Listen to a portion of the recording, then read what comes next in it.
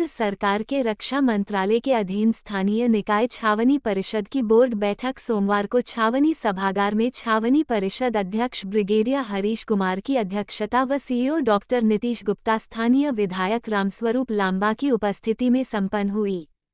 बैठक के दौरान स्थानीय विधायक रामस्वरूप लांबा ने फूल सागर तालाब के निकट की सड़क सहित रामसर रोड की सड़क बनाने तथा लाल डिगी के पीछे खेल मैदान बनाने के लिए 15 लाख रुपए साथ ही स्ट्रीट लाइटों के लिए 20 लाख रुपए विधायक कोष से देने का आश्वासन दिया।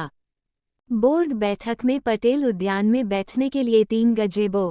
Street light, badminton court, 3 seater लकड़ी की कुर्सियां लगाने, नेहरू गार्डन में ओपन जिम लगाने, लाल डिगी के पास सेल्फी प्वाइंट निर्माण, छावनी क्षेत्र में फॉगंग हेड पंपों की मरम्मत कार्य, सामुदायिक हॉल, डीएवी ग्राउंड व डीडीयू स्टेडियम ग्राउंड की दरों में संशोधन, लाल डिगी के पीछे खेल मैदान बनाने, एमडी टावर के निकट अतिक्रमण मुक्त कराई गई जमीन पर गार्डन बनाने, सप्लाई डिपो के पास नाले की मरम्मत कार्य सहित एजेंडे में शामिल कस्बे से जुड़े अन्य विकास कार्यों पर चर्चा कर निर्णय लिए गए।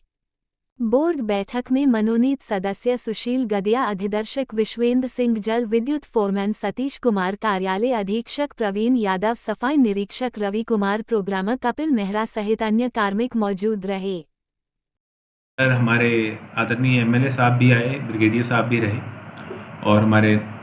माननीय सदस्य नॉमिनेटेड मेंबर सुशील जी भी थे।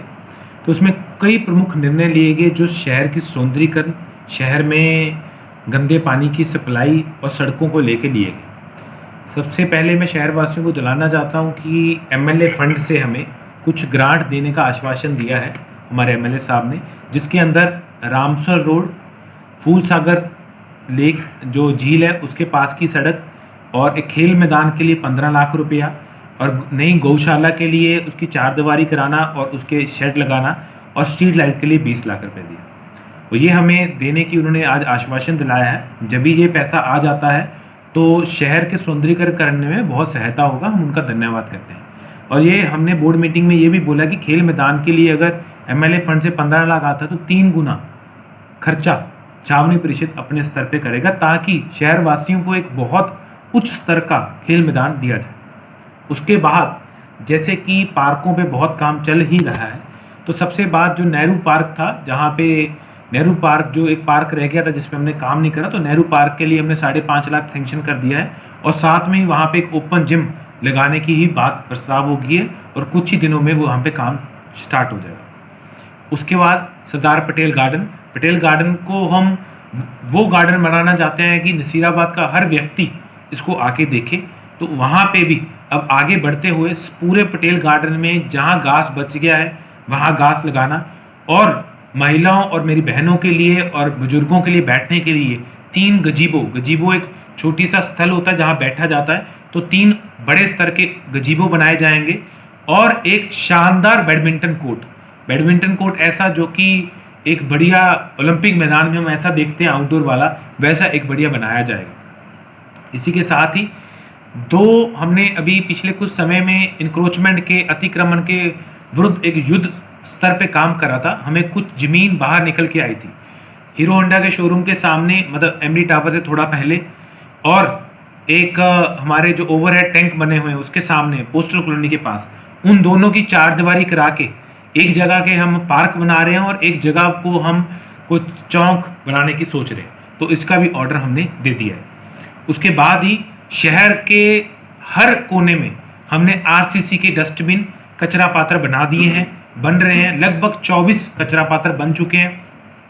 अगर कोई भी शहरवासी कहता है कि मेरे को यहाँ पे कचरा पात्र और बनाना है, और मैं आपको बताना चाहता हूँ कि इतनी अच्छी क्वालिटी है शहर का, कोई भी व्यक्ति को मैं एक चुनौती देता हूँ कि अगर इस कचरा पात्र की क्वालिटी में किसी को डाउट हो तो आप किसी भी जगह पे इसको टेस्ट करा सकते हैं। उसके बाद शहर में गंदा पानी आने की, पाइपलाइन से घर पे आने की बड़ी समस्या थी।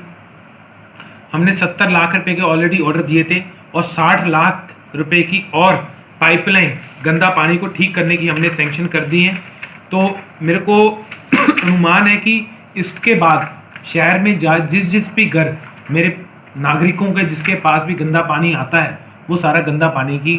समस्या दूर हो जाएगी। इसी के साथ ही क्योंकि अभी मानसून का सीज़न आने वाला है, तो हम उसको पहले ही तैयार रहना चाहते हैं। तो शहर में जितने भी गंदे नाले हैं उसकी रिपेयर करना और उसको जेसीबी से नीचे खोद के पूरा मिट्टी को बाहर निकालना, उसको ऑर्डर दे दिया है और 17-18 लाख रुपए की लागत से हम जो भी नाले रिपेयर हैं उसको भी करवा दिया जाएगा। और आखिरी बात कि जो ऑक्शन था, बहुत समय से ऑक्शन नहीं हुआ था, तो पहले स्टार्ट में हम 3 जगह पे ऑक्शन करने की बात करिए। पहला ऑक्शन जो LIC के सामने की 14 कैबिनें हैं उसका ऑक्शन होगा, और दूसरा जो सब्जी मंडी में थड़ी बनी हुई है उसका ऑक्शन होगा, और तीसरा जो वर्कशॉप नोरा अपने पीछे सप्लाई डिपो के पास में जो वर्कशॉप है वहाँ पे। तो ये सारी चीज़ें मैं आपको बताना चाहता हूँ शहर को, और शहर वासियों को आश्वासन दिलाना चाहता हूँ कि अगले कुछ ही महीनों में इन पे काम चालू होके ख़त्म भी हो जाएगा। धन्यवाद।